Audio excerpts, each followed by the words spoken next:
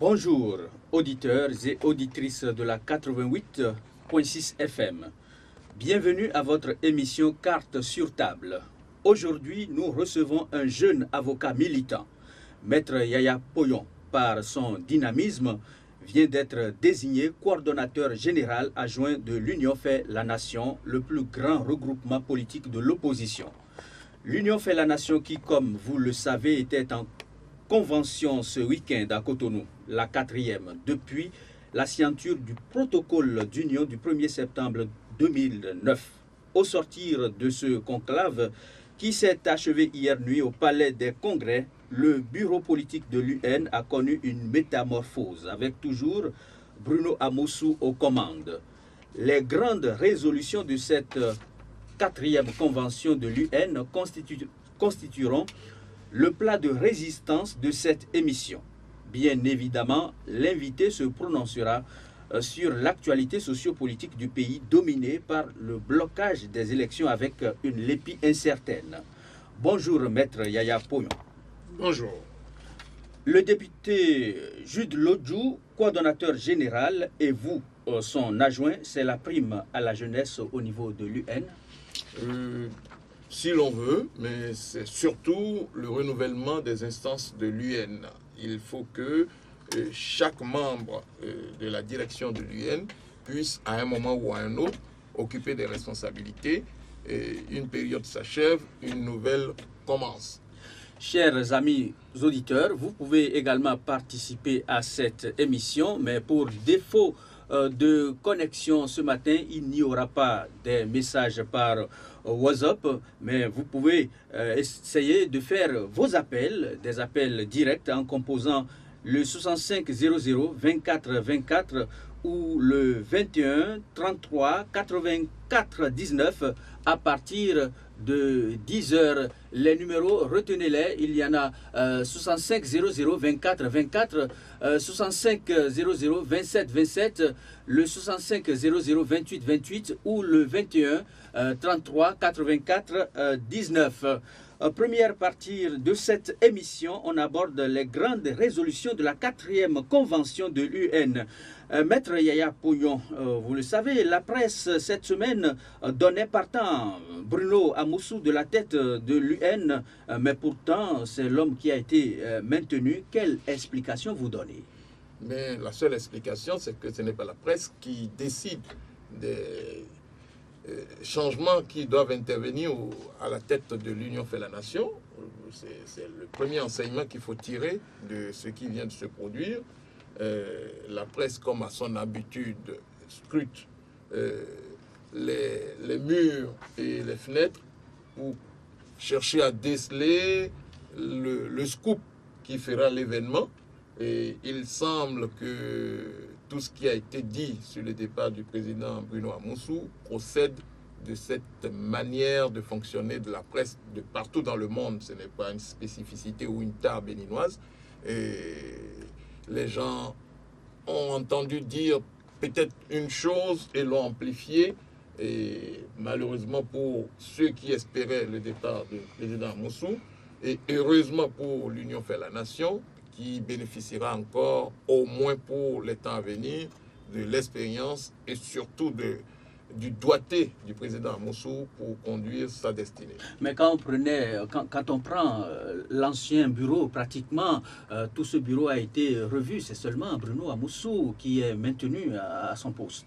Oui, si l'on considère que les autres postes ont fait l'objet de changements, de permutations, moi-même qui vous parle, j'étais dans l'ancien bureau, je demeure dans le nouveau Vous étiez bureau. secrétaire général. Absolument. Et c'est pour vous dire que c'est un ajustement des responsabilités pour donner plus d'efficacité au fonctionnement de l'UN. Alors, Maître Yaya Poyon, on a constaté qu'au Palais des Congrès, certaines résolutions ont été prises. Beaucoup s'attendaient à ce que cette fois-ci, l'UN soit un parti politique, mais finalement, il me semble que ça n'a pas été le cas. Ça n'a pas non plus manqué d'être le cas, puisque nous avons fait un pas dans cette direction. si vous aviez écouté le discours d'orientation du président Bruno Amoussou, il a clairement indiqué, et c'est réellement ce qui se fait et qui va se faire de plus en plus, que la fusion, pour utiliser une terminologie qui soit accessible au plus grand nombre, en tout cas la marche vers le parti unitaire doit commencer à la base, parce qu'en la décrétant au sommet, ça risque d'être sans effet, parce que si les militants et les sympathisants des communes, voire même des quartiers, ne parvenaient pas à travailler ensemble, et qu'au sommet, les dirigeants décident, parce qu'ils en ont la volonté, d'opérer donc la transformation, la mue vers un parti unitaire, eh bien, sur le terrain, les militants ne suivront pas, et ce serait un drame. Mais est-ce que vous ne constatez pas que depuis la création de l'UN à ce jour, beaucoup souhaitaient quand même que cette union devienne un parti politique? Vous-même, les membres, vous en parlez de temps en temps, mais c'est resté sur les lèvres. Mais aujourd'hui, la réalité, c'est qu'il y a une certaine difficulté à unir les points de vue, et ce n'est pas ça qui fait que l'Union fait la nation n'a pas encore enjambé le rôle d'un parti politique. Mais c'est un processus normal. Et ce genre d'évolution ne se décrète pas. Ça se construit et ça se donne à percevoir. Et dans les mois à venir, si les principales résolutions qui sont issues de notre 4e convention sont correctement appliquées par chaque acteur dans sa circonscription ou dans sa zone, dans sa commune, vous vous apercevrez que nous poserons de nouveaux jalons vers l'unification. Parce qu'il faut bien se rendre compte que l'Union fait la nation en tant que formation politique n'est qu'à 4 ou 5 ans d'existence, avec les vicissitudes que tout le monde a pu suivre. Certains sont partis, d'autres nous ont rejoints. Eh bien, pour créer la synergie nécessaire à l'unification, il faut bien que nous apprenions à travailler ensemble, à mieux nous identifier les uns par rapport aux autres, à tous les échelons du territoire national, avant que de considérer que l'union au sens de la fusion est réalisée. Or, vous savez que tous les enfants ne marchent pas au même rythme. Il y en a qui, à 8 mois, font déjà les premiers pas, et d'autres qui, à 1 an, n'ont toujours pas décollé du sol. Par exemple, vous-même, vous êtes du parti MDS de Saka Fikara. Est-ce que ce parti aujourd'hui est prêt à se faire fusionner, un peu comme... ou est-ce que quand on prend le PSD de Bruno Amoussou aujourd'hui, est-ce que ces partis sont prêts à se fusionner? Mais chacun des partis a affirmé, et c'est pour ça que c'est toujours à l'ordre du jour, sa volonté résolue d'aller vers la fusion. Sauf que les préalables imposent de ne pas précipiter la marche. Et il est sans intérêt de faire l'inventaire des partis ou des personnalités qui sont déjà et maintenant prêts à la fusion, et les partis ou les personnalités qui ne le sont pas. Nous sommes un ensemble. L'unification sera la résultante ou la convergence de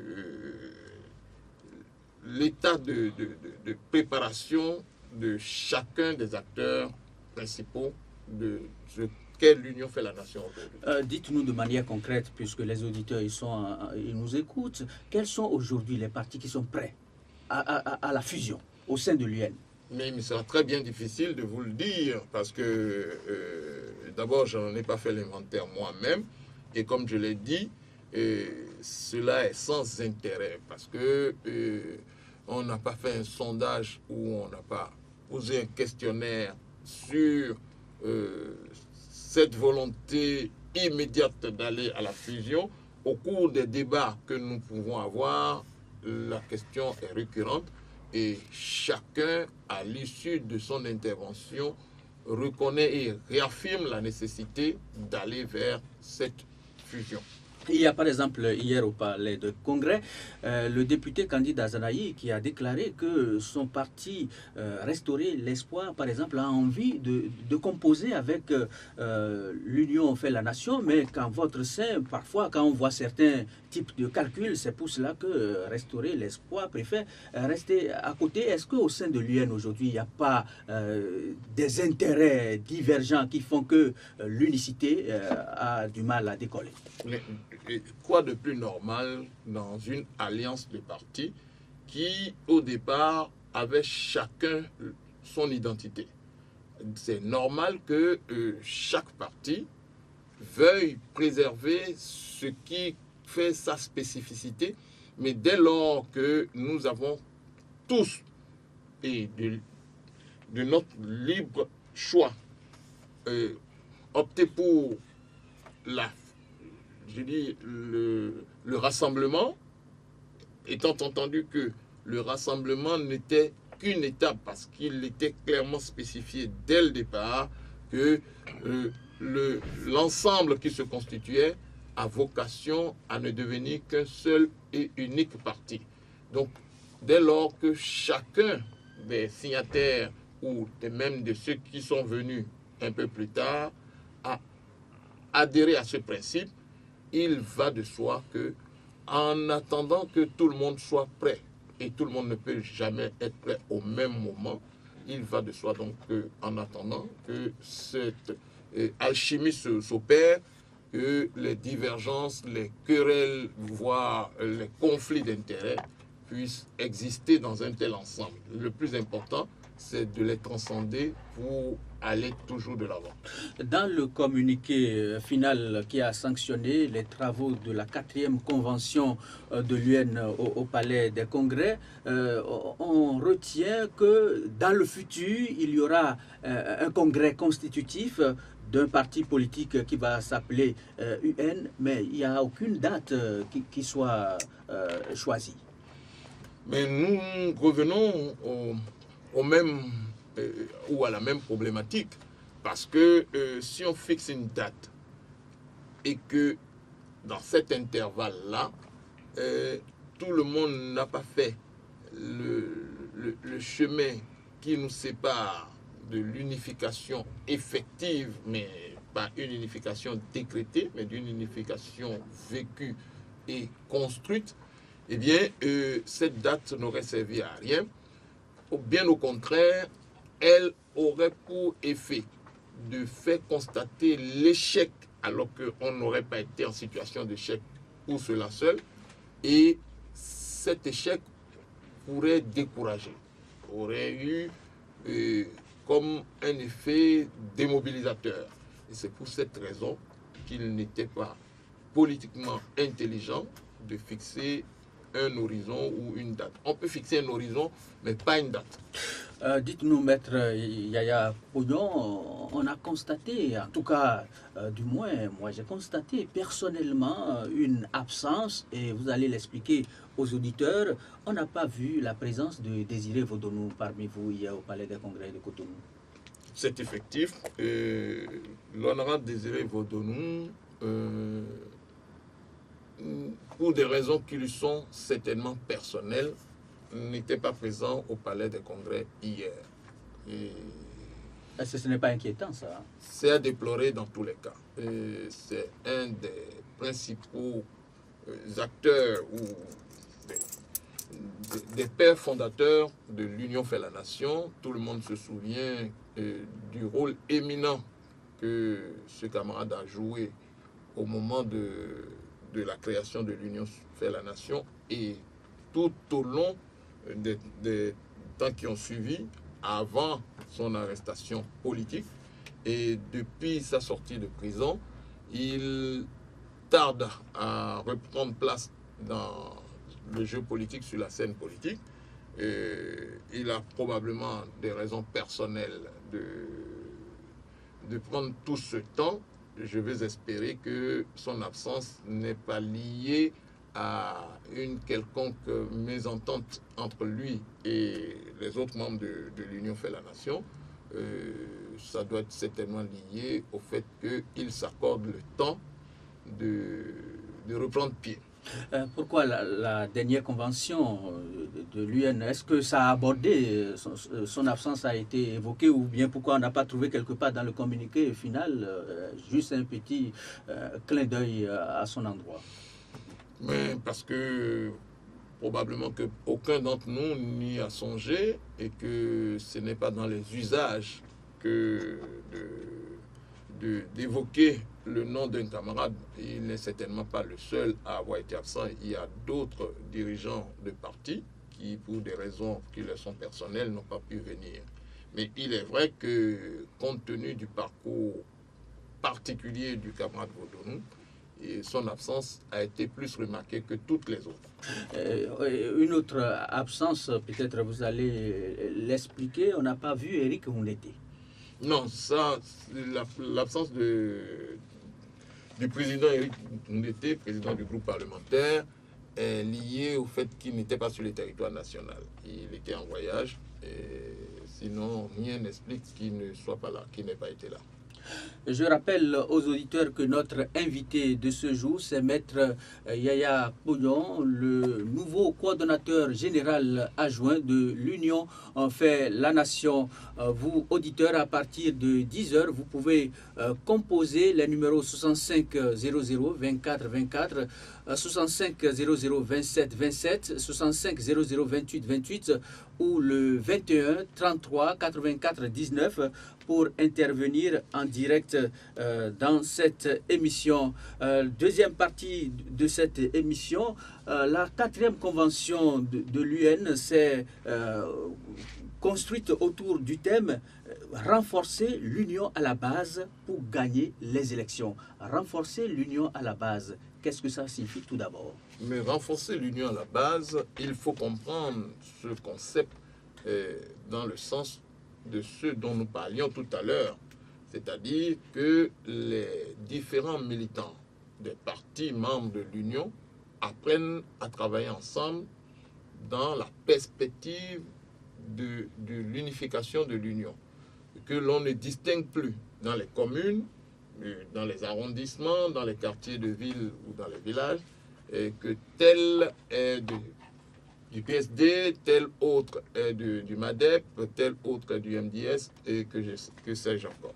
Donc, ce n'est qu'autant que nos militants ont appris à se battre ensemble, la main dans la main, que si nous allons aux prochaines échéances électorales, nous avons plus de chances de conquérir des sièges et de nous rendre majoritaires dans le pays.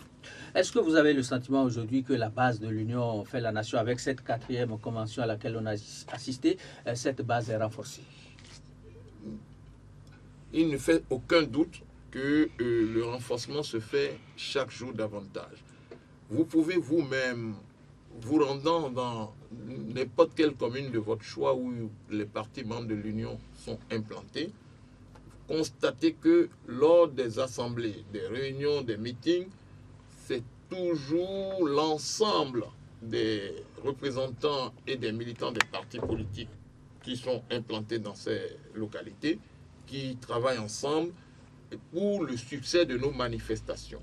Nous avons eu une série de manifestations ces derniers temps, à Misrété, à Abomey et à Abomey-Calavi. Enfin, je parle d'Abomey dans le Zou, Abomey-Calavi. Et les populations ont fortement apprécié la présence non seulement des militants de tous les partis membres de l'Union, mais de tous les dirigeants de l'Union qui ont pu se rendre à ces manifestations. Et donc, on peut en conclure que le renforcement est en cours. Renforcer l'union à la base pour gagner les élections, mais de quelle élection vous voulez parler? Mais de celles que le pouvoir exécutif voudra bien organiser quand il les organiserait.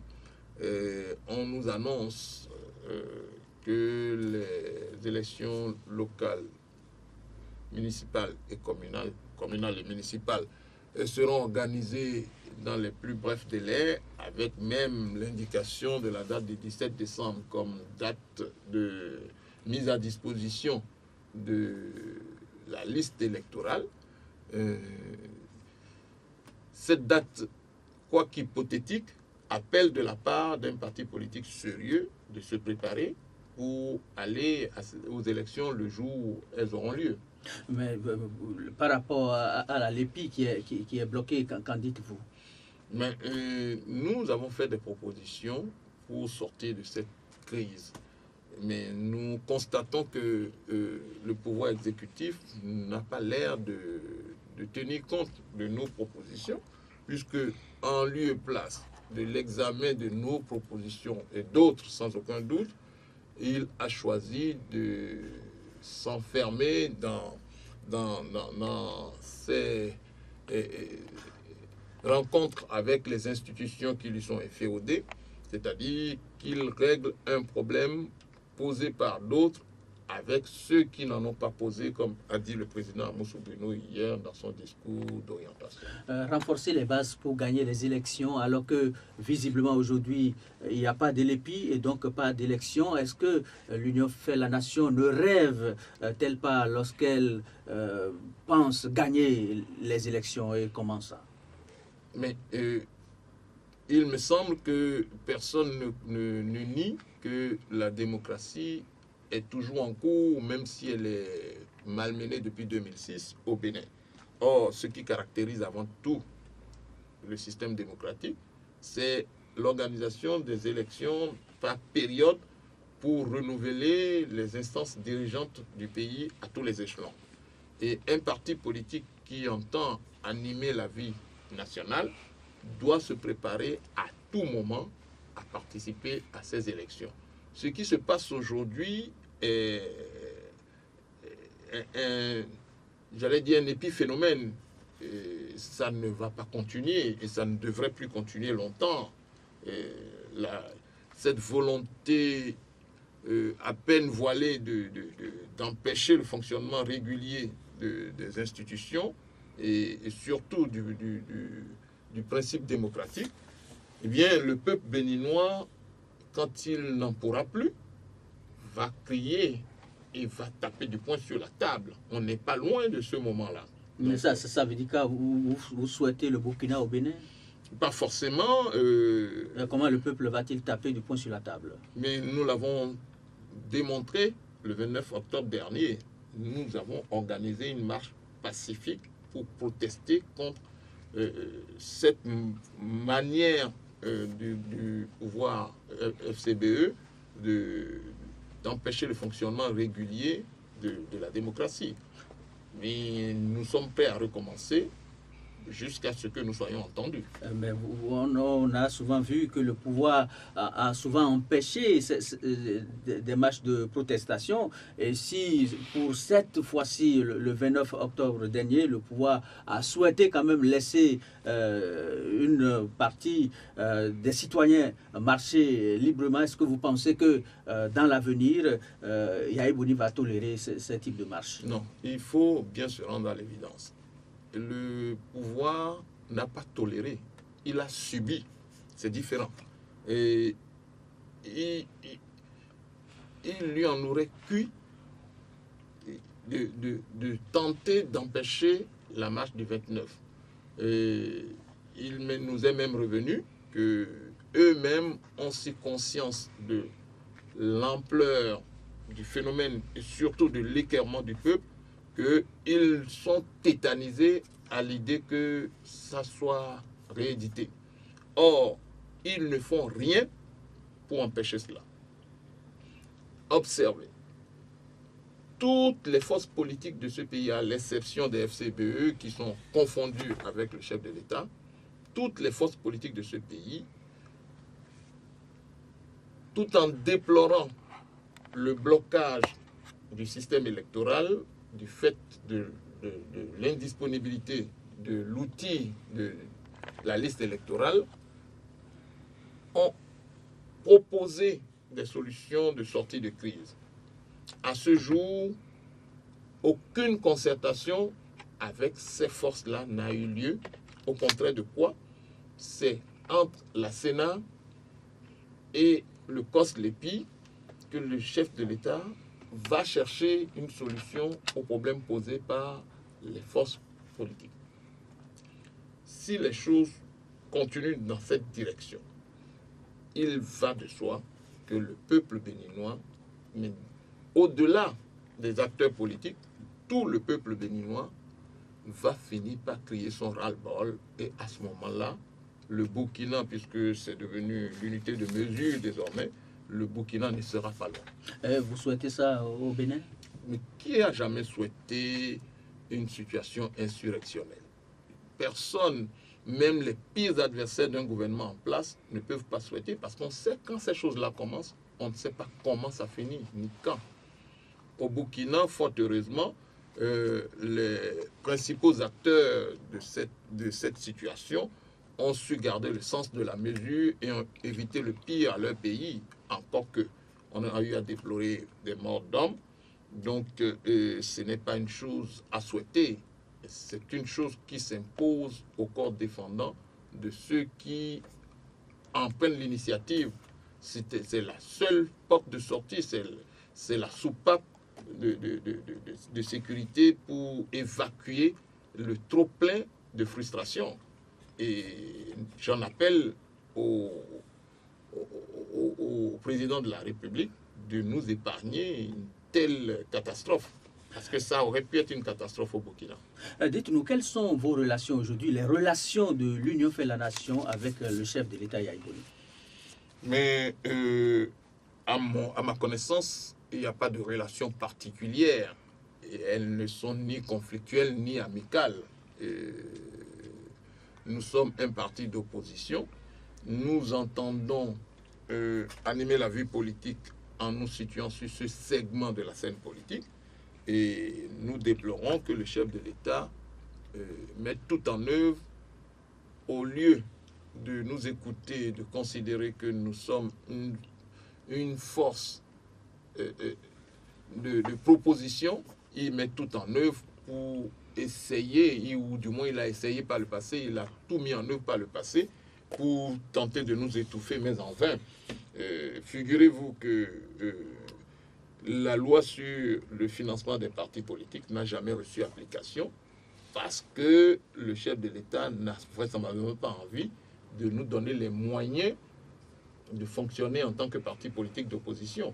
Pendant que ce temps, les ministres, les cadres des ministères et de l'administration utilisent allègrement les moyens de l'État, donc les moyens de la nation, pour aller faire campagne au profit du chef de l'État et des FCBE.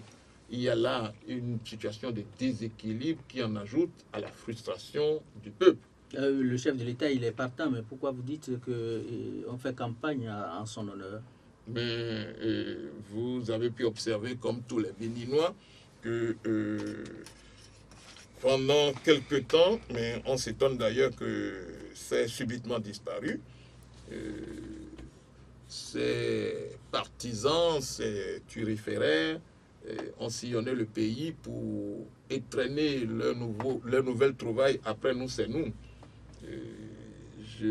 Depuis les événements de Ouaga et surtout depuis le 29 octobre, il y a comme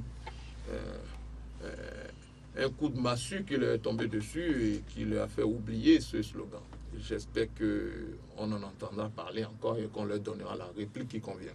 Donc, vous croyez que en 2016, Yahya Boni il ne va pas tenter des appétits? Mais il lui est loisible de faire un choix. Celui que Blaise Compaoré a fait et dont on connaît les suites, ou celui de sortir par une porte normale, parce que la grande porte s'est éloignée de Yahya Boni depuis très longtemps. Ça veut dire quoi, ça? Ça veut dire quoi? Que la grande porte s'est éloignée la porte des honneurs. Les anciens présidents sont généralement des personnes qui sont honorées, admirées, louées. Yahya Boni, je ne sais pas s'il laissera un souvenir intarissable de sa gouvernance dans la mémoire des Béninois. Vous voyez un après pouvoir tumultueux pour Boni Yayi? Non, non, je crois que le paradoxe serait de lui faire cet honneur-là, parce qu'il mérite d'être très rapidement oublié dans les poubelles de l'histoire de politique de ce pays. Je rappelle aux auditeurs que notre invité de ce jour, c'est Maître Yaya Pognon, le coordonnateur général adjoint de l'Union fait la Nation. L'Union fait la Nation qui a tenu sa 4e convention ce week-end au Palais des Congrès de Cotonou. Et justement, dans le communiqué final qui a sanctionné vos travaux, il est dit quelque part que l'Union fait la Nation lance un appel au peuple béninois à se lever comme un seul homme pour barrer la route au gouvernement dit du changement contre l'assassinat programmé de la démocratie. Mais tout est dit, clairement dit, à travers cette portion de notre communiqué final. Et la détermination du peuple béninois exprimée par l'Union fait la Nation, c'est d'empêcher que le pouvoir dit de changement, qui se résume en réalité à Yayi Boni seul, il est la seule source de pensée de son camp, eh bien, la détermination du peuple béninois, je disais, est claire que s'il s'avise de vouloir poursuivre après 2016, eh bien, il trouvera sur son chemin le peuple, mais dressé comme un seul homme. Maître Yaya Pognon, est-ce que la question a été au cœur de cette 4e convention à Cotonou? Le prochain candidat de l'Union fait la Nation, c'est qui? Vous me demandez là de lire dans le mar de café. Puisque la presse agite déjà des noms. Mais est-ce que, après, au sorti de cette 4e convention, clarifier les auditeurs? Mais quand vous me parlez de la presse, je me souviens que nous avons débuté notre conversation par ce que la presse avait déjà définitivement affirmé, le départ du président Bruno Amoussou de la tête de l'Union fait la Nation. C'est de la même façon que la presse agite des noms. Elle est dans son rôle, la presse, en agitant des noms. La presse a coutume d'ailleurs de prêcher le faux pour savoir le vrai. Ce qui est vrai, c'est que le candidat de l'Union fait la Nation sera connu en temps utile, ni trop tôt, ni trop tard. Parce que la structure même de l'Union fait la Nation, la configuration de l'Union fait la Nation, impose que le candidat soit choisi en mettant en compétition tous ceux qui ont des ambitions légitimes, et que ce soit les militants qui désignent le meilleur de nos prétendants, derrière lequel tous les militants et tous les responsables de l'Union vont se mettre au travail pour assurer la victoire. Mais aujourd'hui, Maître Yaya Pognon, dites-nous, qui a quand même le profil pour l'incarner au niveau de l'Union fait la Nation, quand on sait que un certain Bruno Amoussou ne pourra plus rouler? Eh bien, pour être président de la République, il faut avoir, j'allais dire, un contrat entre le peuple et le candidat. L'Union fait la Nation ne dérogera pas à cette règle. C'est celui de nous prétendant à cette fonction qui apparaîtra le mieux en phase avec le peuple que nous devrons choisir. Donc, les critères seront déterminés de façon claire le moment venu. Il ne vous a pas échappé. Et le moment venu, c'est quand? Le moment venu, c'est forcément après les élections législatives. Les échéances les plus importantes, parce que les plus proches pour nous, c'est les élections locales, communales et municipales, puis les élections législatives. Après seulement, il serait temps de se préoccuper, de s'appesantir sur le choix du candidat, la préparation de la campagne pour les élections. Est-ce que ce ne serait pas un peu trop tard? Parce que sortir un candidat en ce moment, ce serait déjà une manière de le préparer déjà à la chose, à la gestion du pouvoir. Peut-être pour les partis qui fonctionnent de façon unitaire, mais pour une formation politique comme l'Union fait la nation, ce ne sera jamais trop tard, puisque rien n'empêche ceux qui aspirent à la candidature de se déployer sur le terrain et de commencer par peaufiner leur image.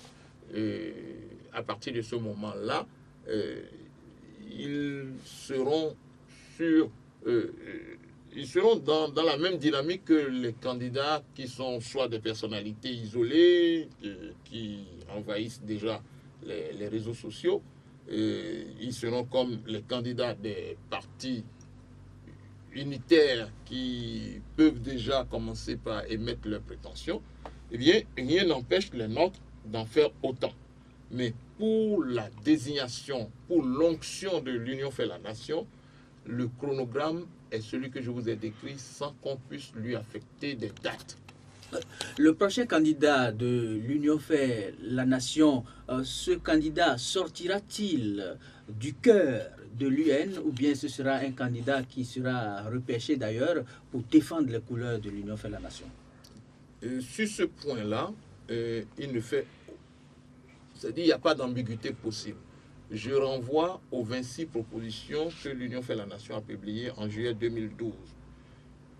Dans ces propositions, il en est une qui répond à la question que vous abordez, à savoir que le candidat de l'Union, et c'est ce qui est fortement retenu, ne doit être qu'une personnalité qui est membre de l'Union et qui a toujours travaillé. Donc, il est hors de question pour nous d'aller repêcher, d'aller chercher l'homme providentiel qui, comme on l'a déploré et encore dans nos résolutions hier, ne vient au pouvoir avec le concours des forces politiques que pour s'évertuer à créer autour de lui une force dépendante en détruisant toutes celles qui ont existé avant, de sorte que nous n'accumulons jamais l'expérience du fonctionnement des partis politiques.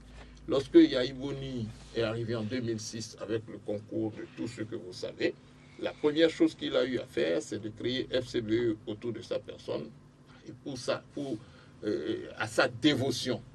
Le résultat, c'est ce que vous voyez, il a émietté tous les partis qui ont existé. Au Nord, il n'y a plus un seul parti qui tienne debout. Il les a tous vassalisés et il a tenté de casser tous les partis qui ont pu exister à son avènement.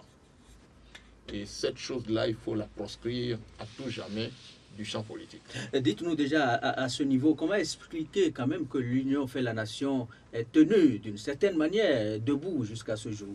Mais pas la volonté de ceux qui l'animent et qui en ont vu d'autres avant que Yahi Boni n'apparaisse comme le Messie qu'il a prétendu être ou tel qu'on nous l'a présenté. Mais l'UN est quand même un peu affaibli, non? À voir son fonctionnement de nos jours. Ce n'est pas comme aux premières heures. C'est évident, parce qu'aux premières heures, toutes les forces qui l'avaient composé ne sont plus au sein de l'UN aujourd'hui. Et la RB en est partie, le PRD également. C'est certain que ça laisse des traces. Mais depuis leur départ, l'UN recomposée est sur la montante. Personne ne peut dire le contraire. Il n'y a qu'à voir le frémissement que l'UN suscite dans les couches populaires pour se convaincre que c'est ce que le peuple béninois souhaite. L'émiettement à l'infini des forces politiques ne garantit pas la construction de ce pays. Seuls les partis qui ont une envergure nationale peuvent élaborer des projets de société, des programmes de gouvernement qui soient fiables, sur lesquels les populations peuvent se prononcer et espérer que ça débouche effectivement sur une mise en œuvre profitable pour elles. Dites-nous, beaucoup de langues avaient en son temps clamé que l'UN en 2011 avait été volée. Votre convention a-t-elle prévu quelque chose pour ne plus être volée dans l'avenir? Mais bien sûr, bien sûr. Nous avons dit que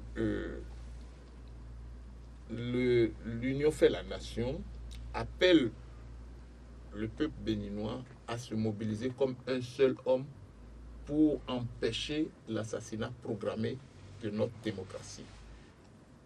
Dans cette idée, nous faisons également référence, pas qu'à ça, mais nous faisons également référence au raccourci qui a permis à Yahi Boni de capter le pouvoir sans les urnes en 2011. Et c'est vrai qu'en 2011, le candidat unique de l'Union fait la nation avait gagné les élections. Et c'est pas un hold-up de triste mémoire, mais on a convenu d'avancer et puis de ne plus revenir là-dessus, sauf pour des raisons historiques. Maintenant, Yahi Boni avait eu le pouvoir en 2011. En 2011, Yahi Boni avait été largement battu par notre candidat. Et si le système démocratique avait fonctionné, nul doute qu'on ne serait plus sous la gouvernance chaotique et dramatique que nous avons à la tête du pays aujourd'hui. Candidat Zanaï, hier, a jeté à la figure de l'UN le fait que ce regroupement politique, en quelque sorte, en 2011, a été tétanisé et puis elle est trop peureuse. Vous partagez ces observations? Je ne le dirai pas de la même façon, parce que c'est un fait que si en 2011, les victimes du hold-up électoral s'étaient montrées plus déterminées à en découdre avec leurs voleurs, eh bien, nul ne sait ce qui serait advenu de la paix publique dans ce pays, mais le voleur ne serait pas aussi tranquille qu'il l'a été jusqu'à ces derniers temps.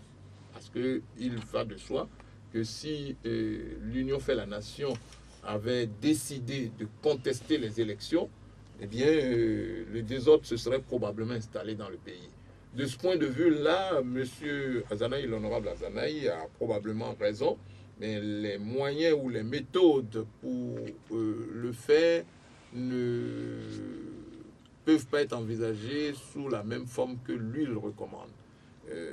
Je crois qu'il parlait là avec beaucoup de lyrisme et il disait des choses vraies, mais si l'on voulait préserver la paix, et je pense que c'est ce qui a déterminé les principaux dirigeants de l'Union fait la nation pour circonscrire la protestation dans les formes polies qui ont été mises en œuvre, parce que les citoyens, les militants étaient dans un autre état d'esprit, dans une autre dimension, étaient prêts à en découdre, y compris avec les forces publiques que Yahi Boni avait lancées à leur assaut. Et ça aurait pu dégénérer en guerre civile, et personne ne sait comment cela serait fini. Et donc c'est pour préserver la paix que l'Union fait la nation n'a pas revendiqué le pouvoir. Alors, dites-nous, pensez-vous que le peuple béninois aujourd'hui soit en paix dans un pays où le citoyen ne fait pas les 3 repas par jour? Oui, ça c'est la responsabilité du gouvernement. Or, le gouvernement d'un pays est élu pour assurer le développement et la paix pour son peuple. Donc, ce bilan-là, j'allais dire, c'est à l'actif du gouvernement. Donc, les citoyens béninois, ils ont la paix formelle, puisque apparemment, rien ne trouble la quiétude des citoyens, mais comme vous le dites, ils n'ont pas la paix intérieure lorsque vous vous levez le matin et que vous ne savez pas comment nourrir votre famille pour la journée, la seule journée, je ne dis même pas de se projeter, eh bien, vous n'avez pas la paix intérieure. Vous êtes un homme profondément troublé. Et si on multiplie par le nombre des membres de la société qui sont dans cet état, effectivement, nous ne sommes pas en paix. Bruno Amoussou est reconduit à la tête de l'UN, mais vous ne voyez pas que vous mettez ce monsieur dans un rôle difficile lorsque son frère, qui est donné comme un cheval partant en 2016, comment est-ce que pourrait-il concilier cette donne? Mais je ne vois pas où se situe le problème. Il n'aurait pas pu empêcher son frère d'être candidat. Son frère est citoyen et éligible, donc homme libre. Et Bruno Amoussou n'est pas son directeur de conscience pour lui dire tu ne devrais pas te présenter parce que moi, président d'un parti politique, je soutiendrai ou j'aurai probablement un autre candidat. Mais comment pourrait-il soutenir un candidat UN alors que son propre frère est à la maison? Mais le président Bruno Amoussou choisira son candidat comme chacun d'entre nous. Comment voulez-vous reprocher à une personne, quelle qu'elle soit, de faire un choix? Parce que par définition, le vote, c'est le choix d'un candidat qui est exercé par l'électeur. Donc, de ce point de vue-là, c'est une fausse querelle que l'on tente de faire au président Bruno Amoussou, alors même que rien n'indique qu'il a déjà choisi l'un par opposition à l'autre. Ce n'est pas parce que son frère, comme vous le dites, lui est attaché par la naissance et le sang que nécessairement il le choisisse. Je dis, l'inclinaison naturelle voudrait qu'il choisisse son frère. Mais en même temps, en tant que leader politique, il a une formation politique. Il appartient à une formation politique qu'il dirige. Il a largement la latitude d'opérer les choix en fonction de tous ces critères-là. Mais le choix qu'il fera ne dépendra que de lui. Au niveau du bureau politique de l'UN, comment est-ce que vous avez résolu cette équation? Ça n'a jamais été un problème au point de faire l'objet de recherche de solutions. Ça ne pose aucun problème, rassurez-vous. Et là, je ne fais pas la langue de bois, parce que cette situation, c'est tout ce qu'il y a de normal. Même un enfant du président Bruno Amoussou aurait pu être candidat sans être membre de l'UN. Ça n'aurait posé aucun problème. Aucun problème. C'est un citoyen qui est éligible et par conséquent, il peut se présenter librement. Ça n'impacte pas le fonctionnement de l'Union fait la nation. Dites-nous maintenant, par rapport, quand on prend la région méridionale du pays, il paraît qu'il y aura encore une certaine multiplicité de candidatures. Comment est-ce que l'UN pourra-t-elle sortir l'épingle du jeu? Mais j'allais dire, c'est pas une tare. Ce phénomène a toujours caractérisé la région méridionale, comme vous dites.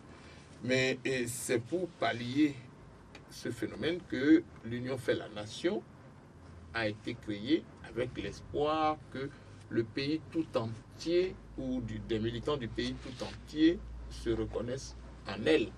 Et cela est vrai. Si vous étiez au Palais des Congrès hier, nous avions eu des délégations qui sont venues de partout, de la Donga, de l'Alibori, du Borgou et de la Takora, de tous les départements de ce pays.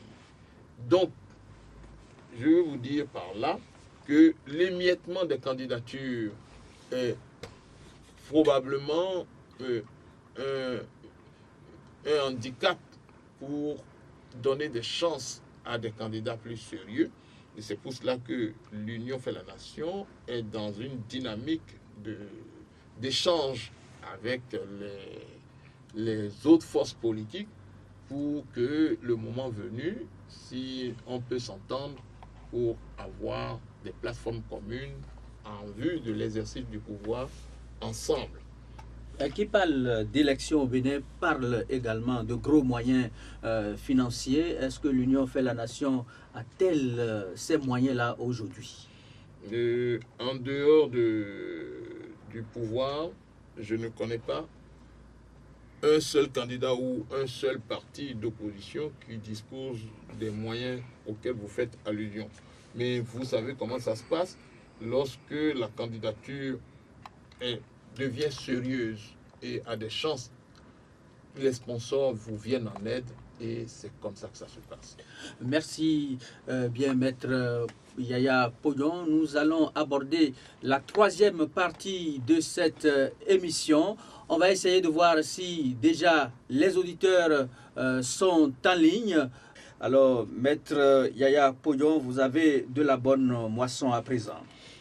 Assurément, parce que là, nous avons à peu près une douzaine d'intervenants et qui ont posé des questions diverses et variées. Et je vais m'efforcer d'y répondre en procédant comme suit. Je vais prendre chaque intervenant, répondre aux questions. Si par la suite la même question revient, je renvoie donc à la réponse que j'avais faite sur ce thème-là. Alors, je commence par le premier intervenant, M. Banabé Agbekponou. Il demande si les partis de l'opposition font formellement leur travail et s'inquiète de savoir si, au soir du 6 avril 2016, si Yaya Boni va effectivement passer le relais. Il finit par le cas de l'ORTB qui est confondu par sa pratique à une télé dédiée spécialement au chef de l'État.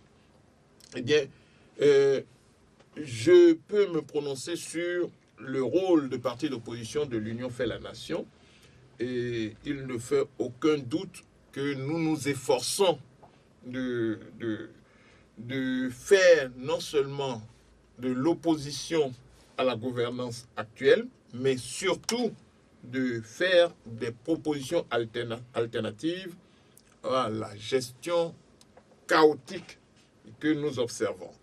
Nous avons publié par période des propositions qui ont vocation à recevoir application si nous venions à exercer le pouvoir seul ou avec d'autres, ce qui impliquerait dans cette dernière hypothèse que nous nous entendions sur une plateforme commune, mais nos propositions sont déjà disponibles et nos commissions techniques n'arrêtent pas de travailler sur les différents domaines de la vie nationale. Donc, l'Union fait la nation joue pleinement et entièrement son rôle de parti d'opposition. Et cela s'observe également par le travail de notre groupe parlementaire qui ne rate aucune occasion pour interpeller le gouvernement, mais également pour faire des propositions de loi. Notre groupe parlementaire vient de déposer à propos de la liste électorale une proposition de loi qui n'est pas encore inscrite à l'ordre du jour du Parlement parce que le pouvoir exécutif ne s'empresse pas d'en tenir compte. Donc, sur cette question, la réponse que je peux faire est celle-là. Le chef de l'État sur l'ORTB. Le chef de l'État, non. Le soir du 6 avril, constitutionnellement, on devrait s'attendre à ce que le président Yaya Boni, aujourd'hui plus qu'hier, s'empresse de se débarrasser du pouvoir qui lui brûle les doigts. À mon avis, il ne s'avisera pas. Mais on ne connaît jamais l'homme dans ses profondeurs. Il ne s'aviserait pas de rester une minute de plus. Si l'on observe par l'état dans lequel le pays se trouve, il devrait même être pressé de se débarrasser du pouvoir qui ne lui sert plus à rien. Il en a déjà largement profité. Le cercle le plus élargi autour de lui en a largement profité. Et je pense que c'était l'objectif principal qu'il poursuivait en arrivant en 2006. L'ORTB, on n'en parle plus. J'ai dit tout à l'heure, ce n'est pas qu'une litote, c'est télé-yaï, purement et simplement. Quand les responsables de cette chaîne n'ont été choisis que par rapport à leur dévotion au pouvoir en place, ce n'est pas surprenant que nous assistons à ce que nous voyons là. Et si on tenait un audimat dans ce pays, il y a longtemps que cette chaîne est confinée à un rôle d'organe de propagande et n'intéresse plus grand monde, sauf pour lire les annonces nécrologiques, les communiqués des entreprises. Mais pour l'information, c'est sûrement pas à l'ORTV qu'il faut aller chercher l'information dans sa diversité. C'est la pensée unique qui s'y exprime et qui a droit de citer. Paul Chaudaton. Chaudaton qui s'inquiète. Mais malheureusement, le processus en cours de la LEPI, et cette question est d'ailleurs venue par plusieurs intervenants, ce processus n'aboutira vraisemblablement jamais à l'élaboration d'une liste électorale fiable. De ce point de vue-là, l'Union fait la nation a pris une résolution sur la LEPI qui gagnerait à être appréciée à sa juste valeur. Nous avons dit en substance que le seul moyen d'avoir une liste électorale qui permette d'organiser des élections, ou en tout cas dans l'immédiat, c'est d'extraire la base de données en tenant compte des gens qui ont 16 ans et plus et en laissant d'abord ceux qui ont moins pour apurer cette liste, l'ajuster pour aller aux élections municipales. Ce qui constituerait d'ailleurs un véritable test de mise à jour de la liste et que le travail pourrait se poursuivre après cette échéance électorale. Mais il semble que ceux qui ont conçu la LEPI ou qui l'ont mise à exécution, parce que ce n'est pas eux qui l'ont conçue, qui l'ont mise à exécution, avaient un objectif qu'ils ont atteint partiellement en 2011 et depuis, ils sont dans l'incapacité de transformer le monstre qu'ils ont créé pour le rendre viable. La conséquence de cela, c'est que nous sommes dans une impasse dont il paraît de plus en plus difficile de sortir. Alors, qu'est-ce qu'on peut faire? Eh bien, la solution, l'une des solutions en tout cas, c'est celle que l'Union fait la nation propose. Au-delà, on risque d'attendre encore longtemps sans obtenir le moindre résultat. Parce que si ce n'est pas le chef de l'État qui indexe le COS-LEPI comme une institution budgétivore, c'est le COS-LEPI qui se plaint de ne pas avoir assez de moyens. Et comme l'a dit quelqu'un tout à l'heure, la phase qui est en cours sur le terrain, où on demande aux gens d'aller compléter les informations sur le nom et pour avoir leur nom sur la liste électorale, eh bien, les kits qui auraient pu servir sont des outils totalement obsolètes qui ne servent à rien, qui chauffent à l'usage et qui ne permettent pas d'enregistrer les gens. Et partout, les listes ne sont pas publiées, je dis, au complet pour permettre aux citoyens de se retrouver. C'est un désordre artistique qui est en cours et cela ne devrait pas déboucher sur une solution viable. Monsieur Paul Chaudaton demande que faire demain pour les résultats bureau de vote, pas bureau de vote. Si on pourrait assurer que les résultats des élections soient publiés bureau de vote, pas bureau de vote, et non centralisés au niveau de la Sénat, avec le risque que cela fasse l'objet d'un tripatouillage comme on a connu en 2011. C'est l'idéal, mais je ne suis pas sûr que nous ayons la capacité ni les moyens techniques de faire publier immédiatement les résultats par bureau de vote le jour même du scrutin. Et pourtant, dans bon nombre de pays, avec des moyens simples comme le téléphone portable, eh bien, les gens sont en mesure de donner au moins les grandes tendances puisque le dépouillement se fait dans les bureaux de vote en présence de tout le monde. Donc, on peut déjà au moins par bureau de vote, connaître le résultat brut de sortie des urnes. Donc cette chose n'est pas hors de portée, mais encore faut-il avoir la volonté de l'institutionnaliser et d'en faire un moyen de publication des résultats avant la compilation par commune lorsqu'il s'agit d'élections communales et à l'échelon de la circonscription électorale pour les législatives et du pays pour la présidentielle. C'est tout à fait possible, il faut l'envisager et c'est une solution pour réduire les risques de manipulation des résultats par la Sénat, comme on a vu en 2011, où le seul président s'est enfermé avec l'ORTB pour déclarer que selon lui, le chef de l'État actuel était élu et toutes les autres institutions ont confirmé par la suite comme si c'était ça la vérité. Monsieur Roland Gbemana, je crois que c'est comme ça que son nom... Oui, monsieur Roland vous demande de vous prononcer par rapport aux bonnes œuvres de Yahi Boni en ces derniers temps. Ben, écoutez, et sur la gestion du marché d'Antokpa.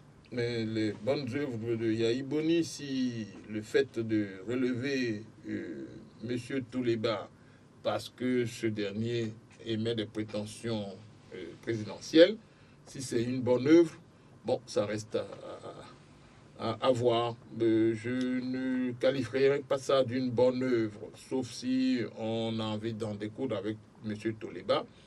Il a fait également allusion à l'arrestation de Fatoumata Djibril. Je n'ai pas cette information. Non, l'éviction de Fatoumata Djibril, une laudateuse du pouvoir que Yahi Boni a fait sortir quand même. Oui, c'est un non-événement. Fatoumata Djibril, elle est si transparente que son départ n'a pas laissé de traces.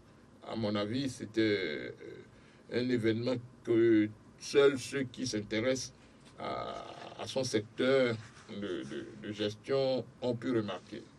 J'avoue que moi, j'en ai entendu parler bien plus tard, lorsque j'ai observé qu'à la télé, on ne voyait plus son image.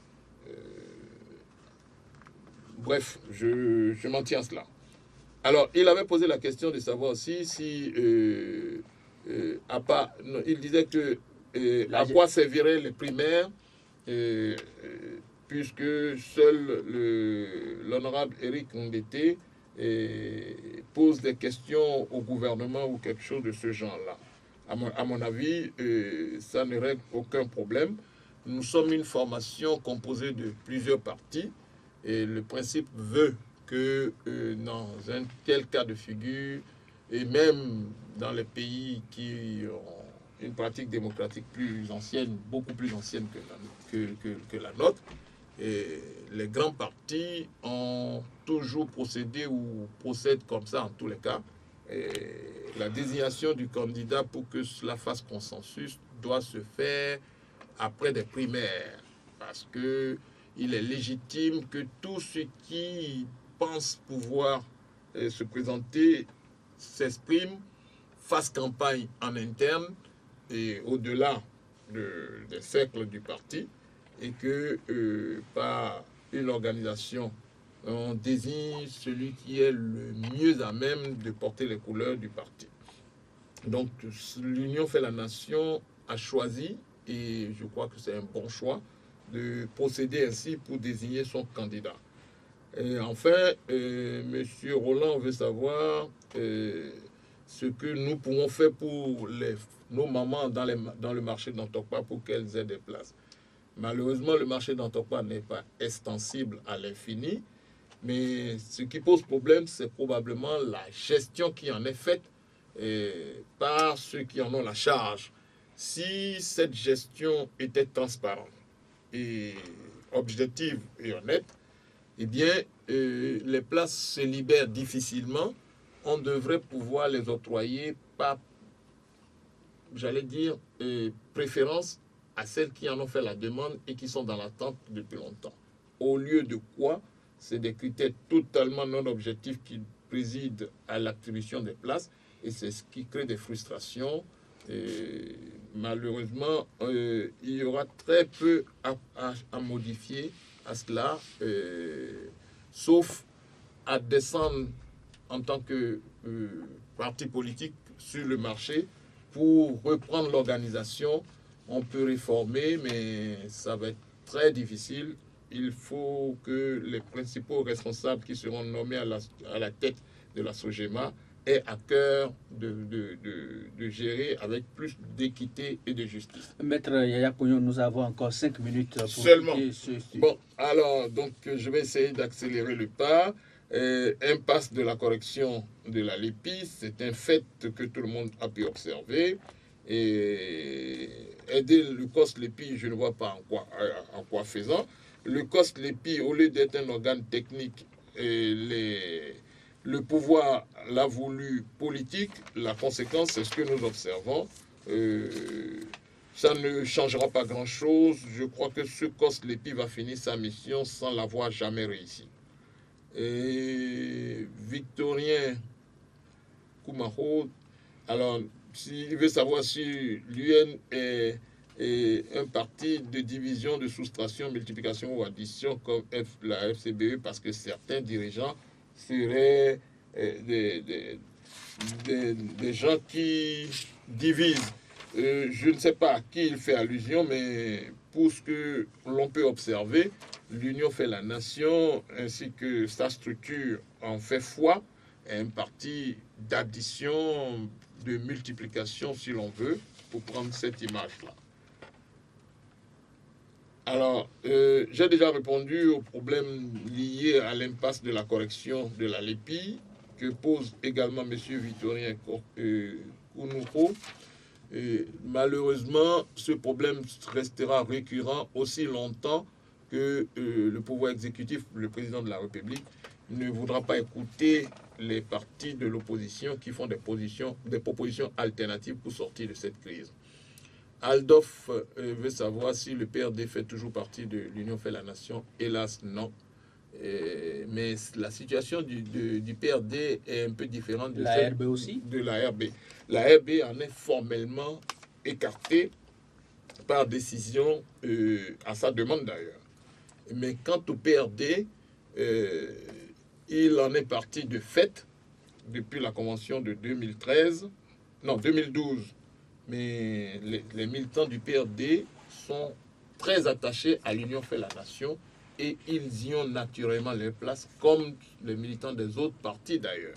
Je ne suis pas en train de faire là une entreprise de débauchage, mais c'est le constat que nous faisons.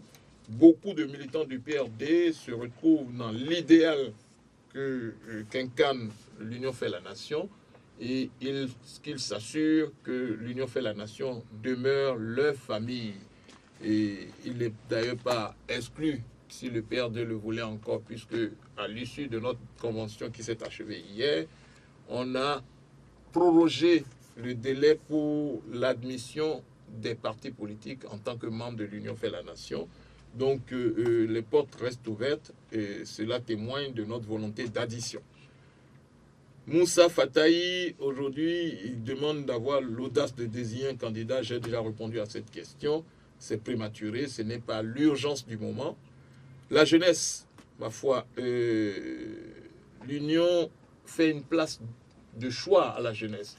Nous avons des structures de jeunesse et ces jeunes-là sont préparés à prendre les responsabilités. Ils sont impliqués dans la gestion au quotidien de l'Union fait la nation. Donc l'Union fait la nation se préoccupe de la jeunesse. Malheureusement, nous n'exerçons pas le pouvoir pour avoir un programme pour les jeunes de ce pays dans leur ensemble.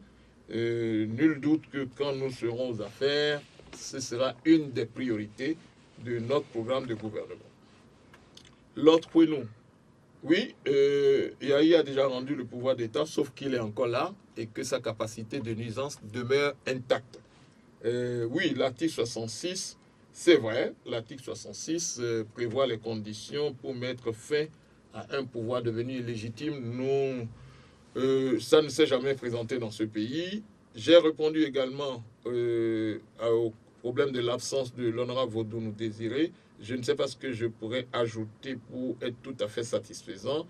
Oui, que des gens portent des t-shirts à l'effigie d'Éric Ndete, quoi de plus normal? Comment on fait pour le discipliner avec Golou? Non, il n'y a pas à le discipliner. Rien n'empêche de se déployer sur le terrain puisqu'il a fait savoir qu'il est candidat. Donc, il pose les actes en rapport avec cette... Et très rapidement, le 17 ne sera plus respecté. C'est Herman Metton qui demande ça très rapidement. Que faire aujourd'hui? Mais ce qu'il faut faire, c'est ce que l'Union a proposé dans sa résolution sur la LEPI et dans sa résolution sur les élections. Il reste que le pouvoir nous entende. Sinon, on est déjà dans la catastrophe. Ce sera donc tout pour cette émission. Et merci à vous qui nous avez suivis. L'émission a été consacrée ce dimanche à l'analyse des grandes résolutions issues de la 4e convention de l'UN ce week-end à Cotonou. Notre interlocuteur, Maître Yaya Pognon, s'est aussi prononcé sur le dysfonctionnement du COS-LEPI et le blocage des élections au Bénin et les solutions que préconise l'UN par rapport à tout ceci. Merci à vous qui avez contribué par des appels directs au téléphone. Je salue l'équipe technique pour son assistance. Blaise Trenou en direct avec vous. Passez un agréable dimanche et à bientôt.